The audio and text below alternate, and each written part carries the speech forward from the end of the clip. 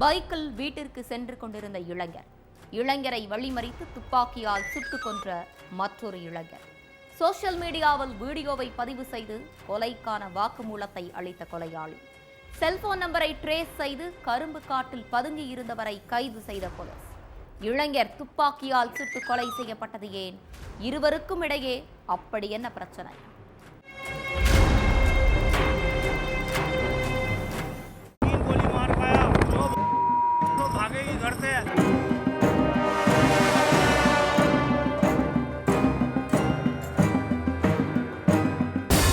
நண்பகல் 12 மணி. சுனில் கபாங்கிற இளைஞர் தன்னோட பைக்ல வீட்டுக்கு போயிட்டு இருந்தார்.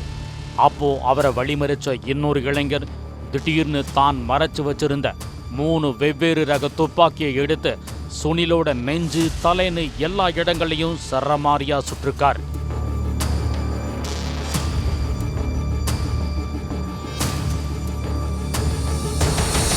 இதுல சம்பவ இடத்திலேயே சுருண்டு விழுந்த சுனில் துடிக்க உயிரிழந்துட்டார்.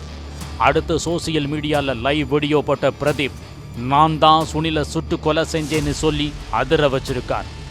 இந்த வீடியோவை பார்த்த உடனே இளைஞர் பிரதீப்பை தேட ஆரம்பிச்சிருக்காங்க போலீஸ்.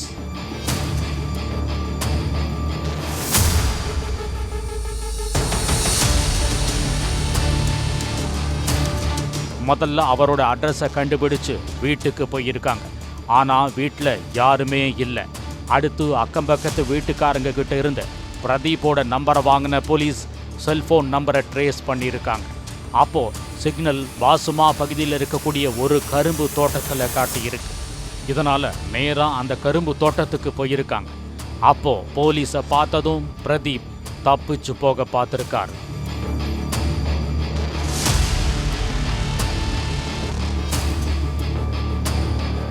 ஆனா அவரை சுத்தி வளைச்சு பிடிச்ச போலீஸ் அவரை ஸ்டேஷனுக்கு கூட்டு போய் கிடுக்குப்பிடி விசாரணையில இறங்கினாங்க. அதுல தான் பல மர்ம முடிச்சுகள் வெளியாச்சு.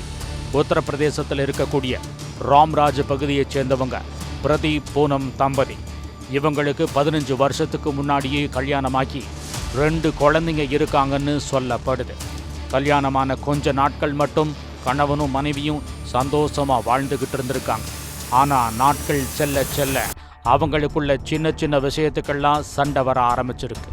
இதனால 2 பேரும் பிரிஞ்சு தனித்தனியா வாழ ஆரம்பிச்சிருக்காங்க.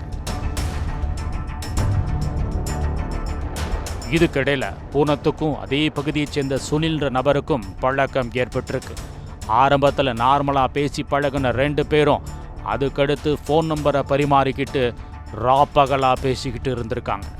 இந்த பழக்கமே இவங்களுக்குள்ள தகாத உறவா மாறி இருக்கு.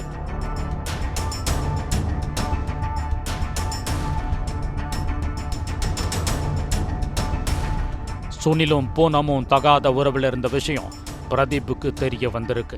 இதனால மனைவி மேல கடுமையான ஆத்திரமடைஞ்ச கணவன் அவங்களுக்கு ஃபோன் பண்ணி, இதுக்காகத்தான் என் கூட டெய்லியும் சண்டை போட்டுட்டு என்னை விட்டு பிரிஞ்சு போனியா?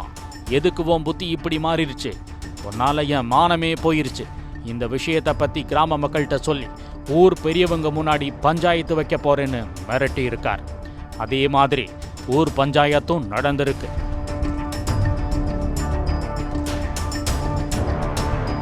அப்போ பூனம், எனக்கு என் கணவன் கூட வாழவே பிடிக்கல. அவன் டெய்லி என்னை அடிச்சு சித்திரவதை பண்றான். அதனால தான் நான் அவனை பிரிஞ்சு போனேன். எனக்கு சுனிலை தான் ரொம்ப பிடிச்சிருக்கு. அவங்க தான் இனிமே சேர்ந்து வாழ போறேன்னு சொல்லியிருக்காங்க. என்னோட 2 குழந்தைங்களையும் நான் என் கூடவே கூட்டிட்டு போறேன்னு சொல்லியிருக்காங்க. ஆனா இதுக்கு மறுப்பு தெரிவித்த ஊர் மக்கள், நீ வாழ்க்கையில தடம் மாறி போயிட்ட. அதனால குழந்தைங்க உன்கிட்ட வளர்ந்தா அது நல்லா இருக்காது. அதனால குழந்தைங்க 2 பேரும் பிரதீப் கூடவே வளரட்டும்னு சொல்லிட்டாங்க.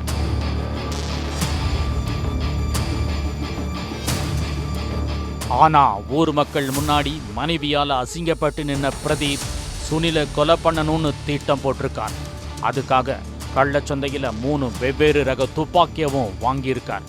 சம்பவத்தன்னைக்கு சுனில் தன்னோட வீட்டுக்கு பைக்கில் போயிட்டு இருந்தார். அப்போ அவரை பாதி வழியில் வழிமறிச்ச பிரதீப் மறைச்சு வச்சிருந்த 3 துப்பாக்கியவும் எடுத்து சுனிலோட நெஞ்சிலையும் தலையிலையும் குறி பார்த்து சுற்றிருக்கார். இதனால அங்கேயே சுருண்டு விழுந்த சுனில் உயிரிழந்துட்டார். அடுத்து சோசியல் மீடியாவில் வீடியோ ஒன்றை பதிவிட்ட பிரதீப், என் மனைவி சுனில்ங்கிற நபர் கூட தகாத உறவில் இருந்தா, அதனால் 3 வெவ்வேறு ரக துப்பாக்கிகளை வாங்கி சுனிலை சுட்டு கொலை பண்ணிட்டேன். அடுத்து என் மனைவியவும் கொலை செய்ய போறேன்னு மிரட்டல் விடுத்திருந்தான். இந்த வீடியோவை வச்சு பிரதீப்போட செல்போன் நம்பரை ட்ரேஸ் பண்ண போலீஸ் கரும்பு காட்டில் பதுங்கி இருந்த இளைஞரை அரெஸ்ட் பண்ணி சிறையில் அடைச்சிட்டாங்க.